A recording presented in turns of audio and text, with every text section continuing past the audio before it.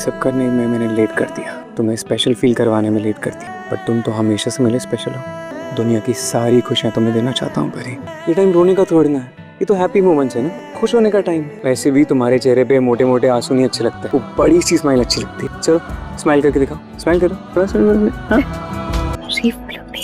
नहीं तो देखने दो उन्हें भी पता चलना चाहिए कि सच्चा प्यार और रोमांस सिर्फ फिल्मों में नहीं होता है, रियल लाइफ में भी होता है। थोड़ा इंस्पायर हो जाने दो इन लोगों को भी।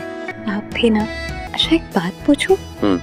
ये इतनी बड़ी जगह, इतना बड़ा होटल है, यहाँ पे कोई गेस्ट कैसे नहीं, इतनी खाली कैसे है? ये खाली इसलिए है क्योंकि मैंने पूरा का पूरा होटल बुक कर लिया तुम्हारे लिए। मैं कब से चाहता था कि तुम्हें ऐसा सरप्राइज दूं एक दिन, फाइनली वो दिन आ गया। मैं तुम्हें कहीं ऐसी जगह लेके जाना चाहता था जहाँ पे सिर्फ मैं और तुम हो और कोई भी नहीं, और सिर्फ इस मुस्कुराहट के लिए।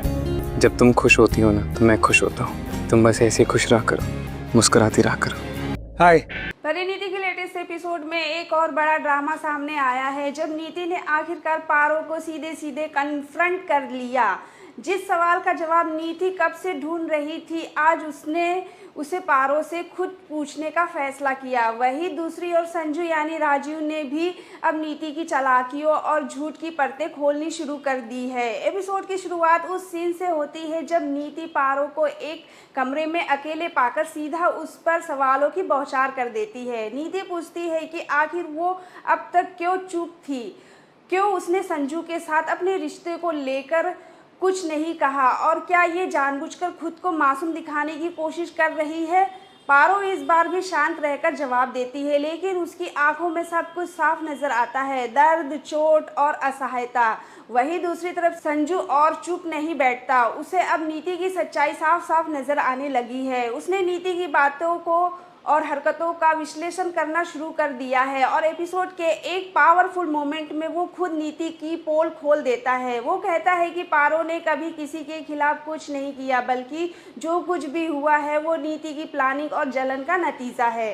राजू की ये बातें सुनकर नीति को झटका लगता है। उसने कभी नहीं सोचा था कि संजू इस तरह सबके सामने उसे एक्सपोज करेगा।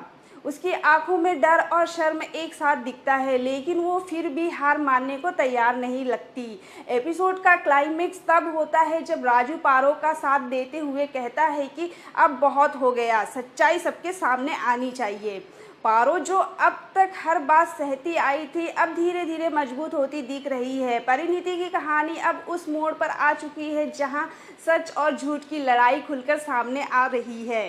हर एपिसोड के साथ ट्विस्ट और इमोशंस का स्तर बढ़ रहा है, और दर्शकों को अब इंतज़ार है उस दिन का जब सच्चा रिश्ता जीत हासिल करेगा। तो मिलते हैं दोस्तों अगले वीडियो में, तब तक के लिए हमारे वीडियो को लाइक करें, शेयर करें और बेल आइकन को प्रेस करें। Bye bye, take care.